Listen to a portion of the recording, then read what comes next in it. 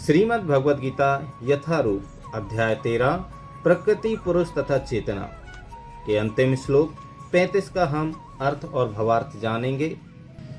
क्षेत्र क्षेत्रज्ञो रेव मंत्रम ज्ञान चक्षुषा भूत प्रकृति मोक्षम चा ये विदुरयांति ते परम। जो लोग ज्ञान के चक्षुओं से या नेत्रों से शरीर तथा शरीर के ज्ञाता के अंतर को देखते हैं और भव बंधन से मुक्ति की विधि को भी जानते हैं, उन्हें परम लक्ष्य प्राप्त होता है।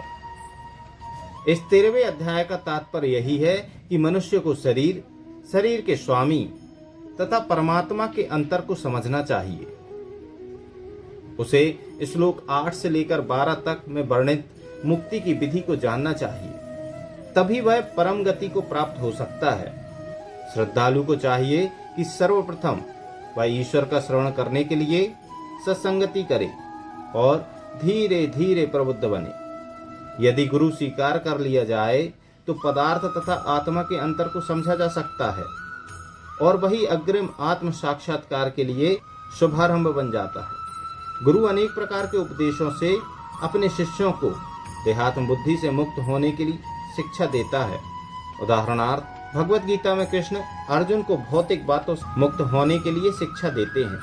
शरीर स्थूल अभिव्यक्ति है और मन तथा मनोवैज्ञानिक प्रभाव सूक्ष्म अभिव्यक्ति हैं। जीवन के लक्षण इन्हीं तत्वों की अंतःक्रिया या विकार हैं, किंतु इनसे भी ऊपर आत्मा और परमात्मा है। आत्मा तथा परमात्मा दो हैं।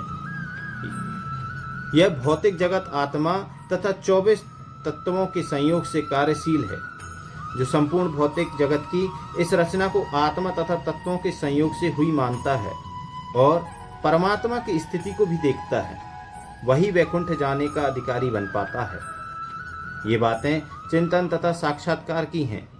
मनुष्य को चाहिए कि गुरु की सहायता से इस अध्याय को भली भांति समझ ले। इस प्रकार श्रीमद् भगवद गीता के 13वें अध्याय प्रकृति पुरुष तथा चेतना का भक्ति वेदांत तात्पर्य पूर्ण हुआ।